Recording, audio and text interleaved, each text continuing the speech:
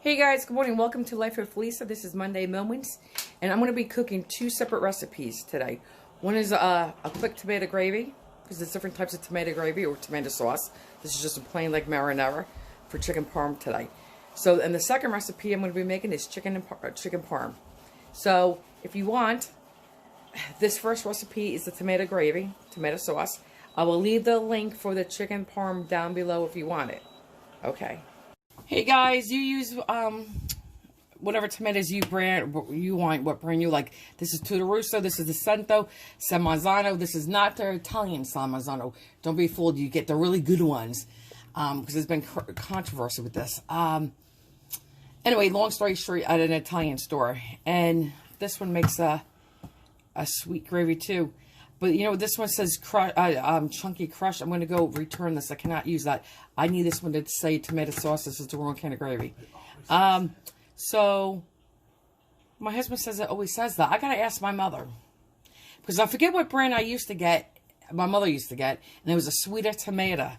And I don't think it's the chunky crushed. I think it says tomato sauce. But anyway, and here's my can of tomato paste. And here's my onion, which I'm going to cut off the camera, and I'm getting my head of garlic ready.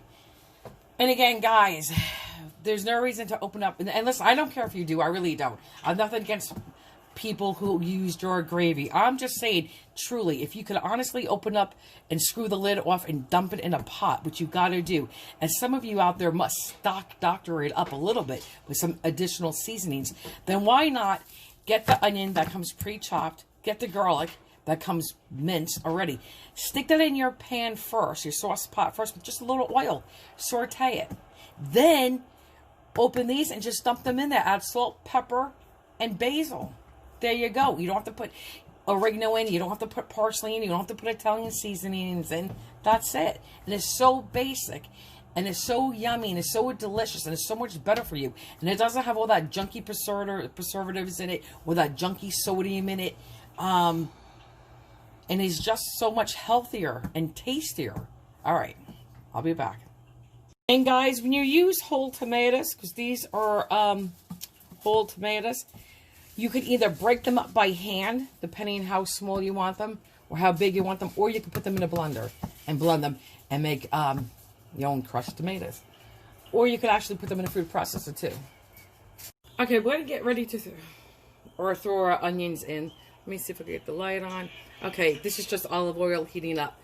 Today I'm not making a meat gravy or doing anything fancy, simple, because I'm making chicken parm and I don't want chopped meat gravy or sausage gravy or pancetta gravy to, you know, interfere with the chicken parm. Even though when I do make stuffed shells and I make meatballs, I do a pancetta gravy sometimes. So, with that being said, you don't have to add wine. I'm going to use a little bit of white wine. If I was making a meat gravy, I would use red. If I was working with beef, but I'm not. And guys, just make sure when you get your wine, and I think a lot of you know this, but some of you may not know this, just make sure it's a good drinking wine. Because whatever it tastes like, if you don't like it to drink, you ain't going to like it in your food because it's going to have that same flavor. It's going to have that same flavor, so just make sure it's a good drinking wine.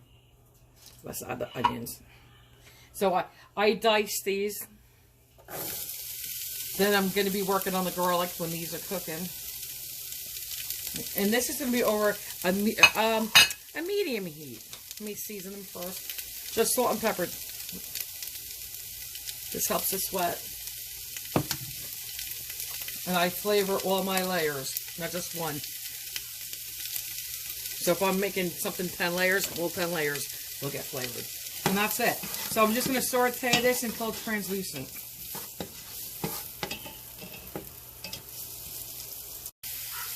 And guys, if you want, you could also use, when we do the gravy, I'm just going to do salt, pepper, and basil. So I'm going to put a lot of garlic in here. You can, by all means, add any other spices you want, like oregano, Italian seasonings.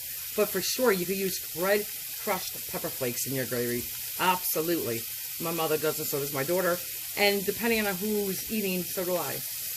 And guys, I think this is worth mentioning. You just want these translucent, like the color of this one. These still have a little bit you know, ways to go. Yeah, not too much. But you don't want to make fried onions. You really don't want to put color on this. It's okay if you do, but you're not making fried onions. But I think it's worth mentioning that if you leave these hard, okay, they really don't cook down in your tomato gravy or your tomato sauce. They really don't cook down. They stay, whatever doneness you have here is how they stay in your gravy. Okay, guys, this is pretty much good. And again, this is, I was not in a race. We don't cook this over medium high. It's more medium, even low medium. And then you can see, can you see? I hope. I don't know if you can see with the glare, so I'm sorry. But they're translucent. I'm going to push them to the side, so I'm going to put my garlic in here.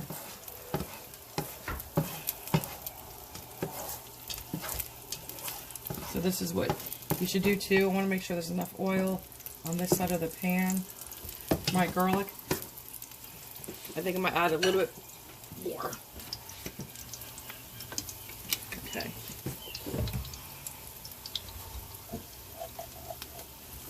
And you do not, I say it all the time, guys, I'm sorry if you're going to get like, oh my God, what a pain in the butt. But you do not burn your garlic. If you do, throw it away and start over. Start all over. Because this will make all your food bitter. You cannot get rid of that bitter flavor. Or even if you say, well, I'll throw the garlic away, but you still made your oil bitter. Okay, let me push it around.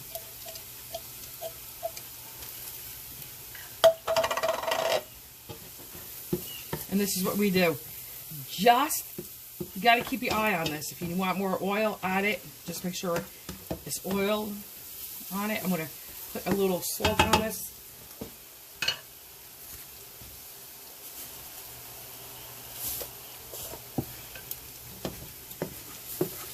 Just like this. Give it a chance to cook. And then once this cooks, I'm going to mix it with the onions. Okay, I mixed the garlic and onion together. Now I'm throwing in the tomato paste. And this is a 6-ounce can.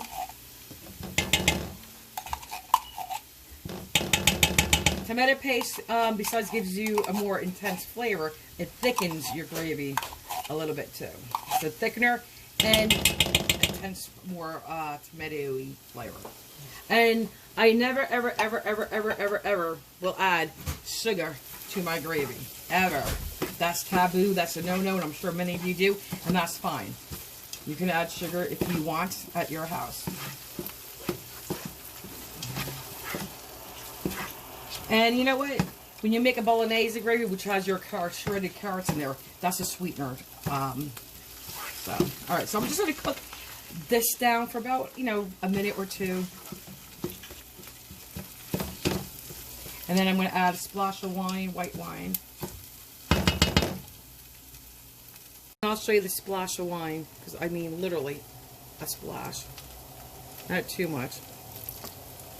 That's enough for me. So I'm not using, maybe that. That's it.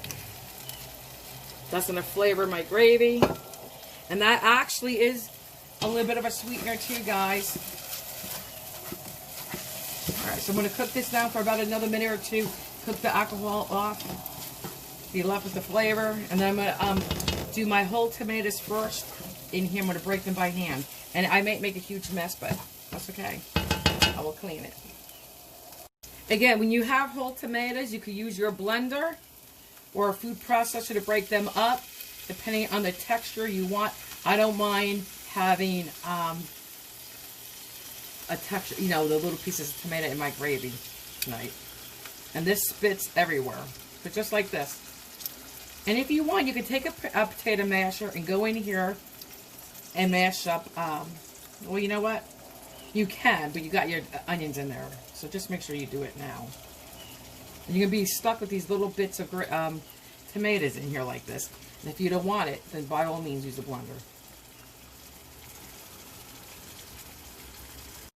Okay guys, I'm just going to go in here, which I've been doing. The flame is still on, but I'm not going down to the wee bottom of my pan. But I can feel heat. I'm just going in here, making sure I break up the tomatoes. Just, you know, a little smaller to make sure I got every tomato done the way I want it. I break them pretty small. I don't leave it chunky. Okay, and then I just put a little bit of water in the cans to rinse them out. My mother adds more water because she likes her gravy thinner. I like mine thicker, so I don't use that much water. It's not even a third of the can full. This one needs a little help in there. And that's it. Get all your tomatoes out. Oh. And then I have to go exchange my other tomatoes, and then I'll be back. Well, first let me season my gravy. I'm in such a rush to get my other tomatoes.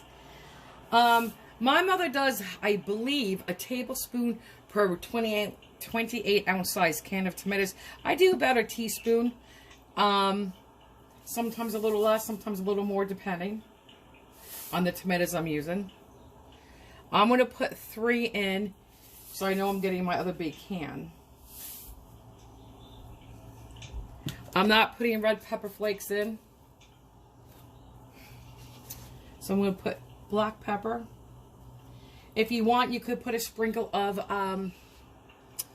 garlic powder. And let me get my basil. Fresh basil. You could also, listen, people wait to the end to throw this in. I do not. I want my basil flavor cooked with my tomatoes.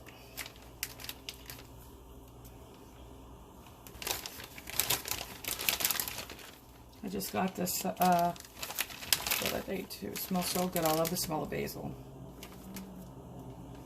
Okay.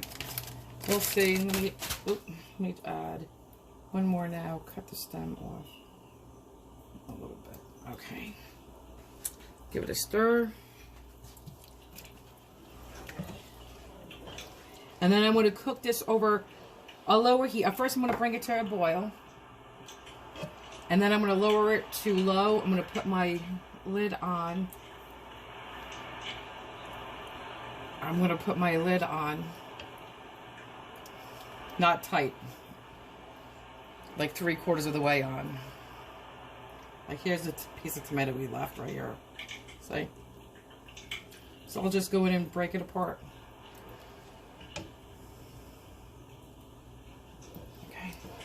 And again, this is not going to be a smooth gravy. This is going to be a little bit chunkier today because of the whole tomatoes. But it's going to be a delicious gravy. And it's nice over chicken parm. Hey guys, just so you know, if you want a sweeter gravy, try the San Marzano tomatoes. You could get away with the ones from Sendo. It does make a sweeter gravy. Okay. And there's another one, starts with the L. You could get it at the grocery store. It's in a red and white and blue can. Those make a sweet tomatoes. And this brand makes a sweet tomato, but I don't get crushed. I want the tomato sauce in this brand. This is a sweeter tomato too, so you may not have to put sugar in yours or whatever you do to make yours sweet. Give it a try. Hey guys, I'm going to be setting up my frying pan to do the chicken cutlets. I thought I would just give you a quick peek of the tomato gravy, tomato sauce for the chicken cutlets, and I'm making spaghetti tonight too. So, here you go. And if you're interested in how I made this, I will put the link on the bottom of this video down here for the tomato gravy recipe. So, alright, we'll be back. Guys, I'm going to show you one right now. This one down here, let's work with that. I'm just going to, like that. Hold on.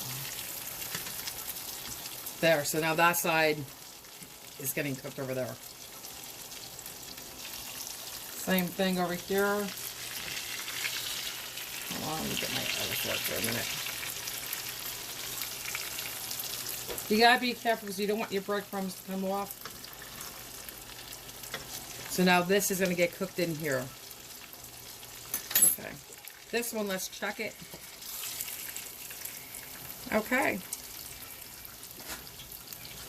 I'm gonna let it go maybe another 30 seconds. And then we'll show you what it looks like. Hey guys, sorry, that's my eagles in the background. Anyway, I'm just salting the water because we're going to make 2 pounds of spaghetti tonight. So, this is a big sauce pot, ready? You got to make it salty. You may think, oh my God, that's a lot of salt. No, guys, it has to taste like the sea. And if you put that much salt in, I promise you, you will taste the difference. if you don't salt your water. And again, I can't say this enough, and I don't want to sound like a broken record and really piss you guys off, but if you don't salt your water for grits or pasta, macaroni, rice, stuff like that, potatoes especially too, you can't get that salty flavor afterwards. Even if you just put the table salt, the salt on top, you're getting that surface salt. This is through and through. This penetrates inside whatever you're cooking. This is so important. So this is cold water. I'm going to bring this up to a boil, and then I'm going to throw my 2 pounds of spaghetti in. Guys, my mother, since I've been a little girl, has been using this brand. Oh, guys, you know what? We could do homemade macaroni, homemade pasta one day. But anyway, look, Ronzoni, spaghetti number 8. Oh, my God. And, you know, you have the linguine, which is thinner, angel hair pasta, etc. But, oh, my God, spaghetti number 8 by Ronzoni. I grew up with this, and I'm 51 years old. I love it. My God, memories. Guys, I apologize for any type of background noise that there may be. When I put my spaghetti in, I do not break it. My mother breaks hers in half to fit into her little pot. I do not. And I put it all in the same direction. You got to stir it right away so it doesn't clump. No oil in my water, only when I make lasagna noodles, because you don't want the lasagna noodles to stick. And when it comes out, I don't care what Rachel Ray does, I do not, and will not ever put butter on my macaroni. Unless I'm doing macaroni and butter with a lot of locatelli cheese, which is your pecorino romano or your black pepper. 2 cutlets for Vinny. 2 cutlets. So I should have said. All right, and this is it. I'm going to boil it for about 10 minutes. Guys, here's your spaghetti. Okay, with the tomato gravy, tomato sauce, whatever you want to call it. You put on as much tomato gravy as you want. I think I would have had a little bit more gravy added to it if I had a little bit more gravy. Actually, I did, but I added more spaghetti. But this is fine, because most Italian people don't put so much gravy on their macaroni anyway. They eat it more dry, with just a taste of gravy, and not like a soupy with gravy. So, and then, so I had leftover. Italian name for this is spaghetti with butter, pecorino romano. I use locatelli and lots of black pepper. The key ingredient in this is lots of, let me see if I can zoom in, and if you can see, there is a boatload of black pepper. And this is a real fancy Italian dish in Italy. You could get this on fancy menus in the United States. I forget the name of it, but it's butter with pecorino romano and black pepper. So this is what I did with the leftover spaghetti. And this is delicious. I remember as a little girl, and even for my own kids, pastini. You may call it pastina. Whenever we were sick, we would get pastina with the a little bit of the butter, locatelli cheese, and the black pepper. Just a comfort thing. Okay. Hey guys, I'm giving you one last look. This is dinner on a plate tonight. We have our chicken parm with a little spaghetti on the side and a little side salad. And the salad, this is your typical greens and iceberg lettuce, cabbage, carrots, tomato, onion, cucumbers, little celery, chickpeas, croutons, sunflower seeds, Italian dressing. I'm going to call this a night. This is so yummy, honestly. And it smells amazing. Cannot wait to sink my teeth into it. Yum.